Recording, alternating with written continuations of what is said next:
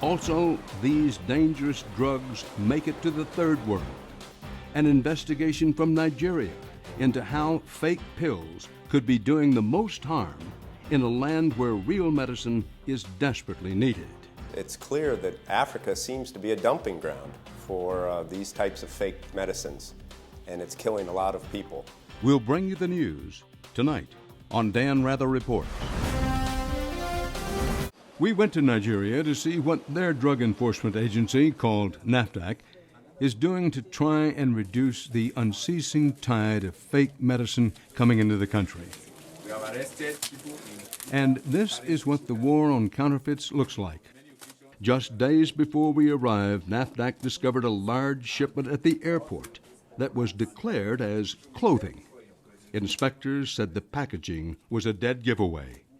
Counterfeiters, using a combination of new technology and old-fashioned word of mouth, Nigeria is battling callous and insidious counterfeiting operations. Big pill mills in China and elsewhere that are targeting the most vulnerable. Here by the head of the Nigerian version of the Food and Drug Administration.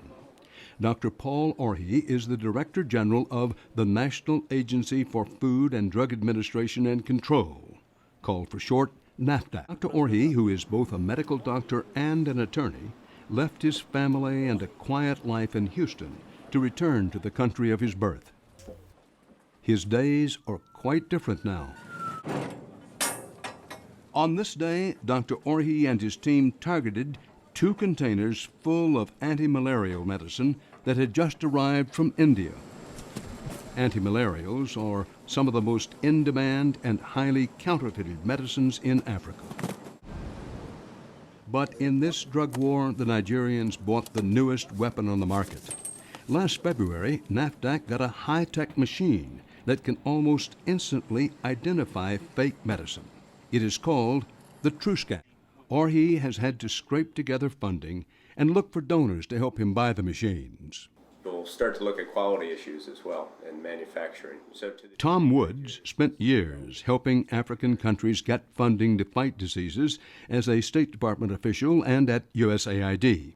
He now works in the private sector, putting African government agencies like Dr. Orhi's NAFDAC together with cutting-edge technology makers and the organizations that can help pay for that technology.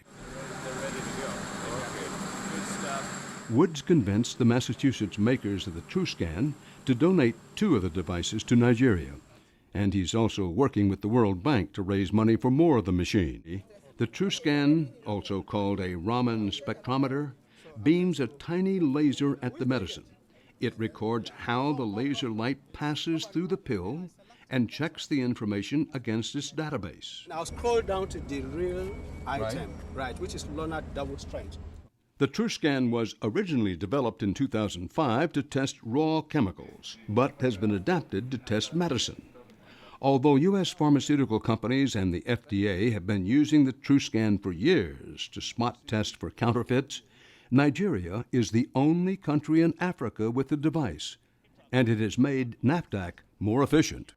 But with this, we can on the spot decide whether it is a good product or not. And if we decide that it's a good product, we release it and decongest the pots. A 2003 survey found that up to 80% of the medicine distributed to major pharmacies in Lagos was fake. But Orhi says the TrueScan has helped change that. It used to be, by 2005, it was reduced to 16.7%. Now, our survey has shown that we have reduced it to less than 10%, just about 5%. And the TrueScan is not a cure-all.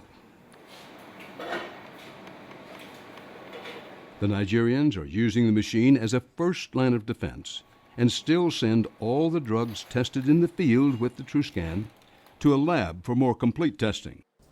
Why is it necessary to follow up with a lab analysis?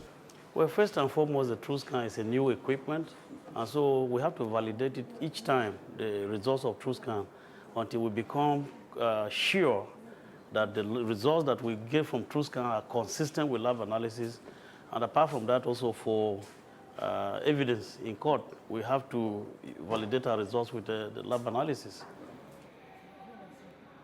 In recent years, we've seen technology developed that we think is very viable for this purpose. Woods is now a private consultant for the makers of the TrueScan. But during his time on the Africa desk in the State Department, he saw firsthand the growing problem of counterfeit drugs. It's clear that Africa seems to be a dumping ground for these types of fake medicines, and it's killing a lot of people. And I think it's been a bit of a blind spot for the international community. It's a threat that requires multiple plans of attack. NAFDAC is testing another new technology that utilizes cell phones and SMS messaging. Some diabetes medication sold in Nigeria now comes with a small scratch-off number.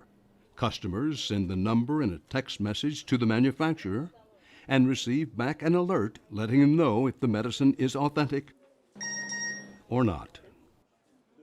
All what you see here is just a fraction of what we have actually intercepted, because we routinely destroy every other month. We do destruction exercise. But this is one container NAFDAC and RHE are holding on to for evidence. They received a tip that it was not boxes of packing tape as listed on the manifest. It actually contained boxes of fake anti-malarial drugs. The United Nations estimates that 45 million doses of fake anti-malarial drugs have been sold in West Africa with a value of $438 million. Fakes like these have particularly dangerous consequences. If the medicine has even a low dosage, the malaria parasite can build up a resistance, making the real drugs ineffective. We are at threat of losing our frontline first course drugs for a disease that kills over 1 million people a year. And so that's very dangerous. It's global. It impacts all of us. We've had malaria in the United States up until, well, just probably, 60 years ago. There's no reason it couldn't come back. If the drug's effectiveness keeps being cut by diluted or fake drugs, completely fake drugs, then we lose our first line of defenses. That's right. That's right. So one person's fake drug becomes somebody else's drug-resistant disease. And we see that on the rise, and it's very frightening.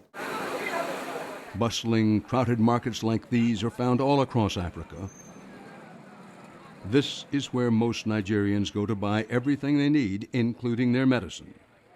Stalls sell everything from cough syrup to life-saving medicine, and they are not well regulated. He wanted to show us a spot inspection of the pharmacies in Idamoto Market. We quickly learned that inspection requires aggressive, quick action, and not everyone was happy to see the inspectors or our cameras. 6 different teams spread out across the markets this day to test a list of drugs most often counterfeited. At our first stop, all 3 samples passed.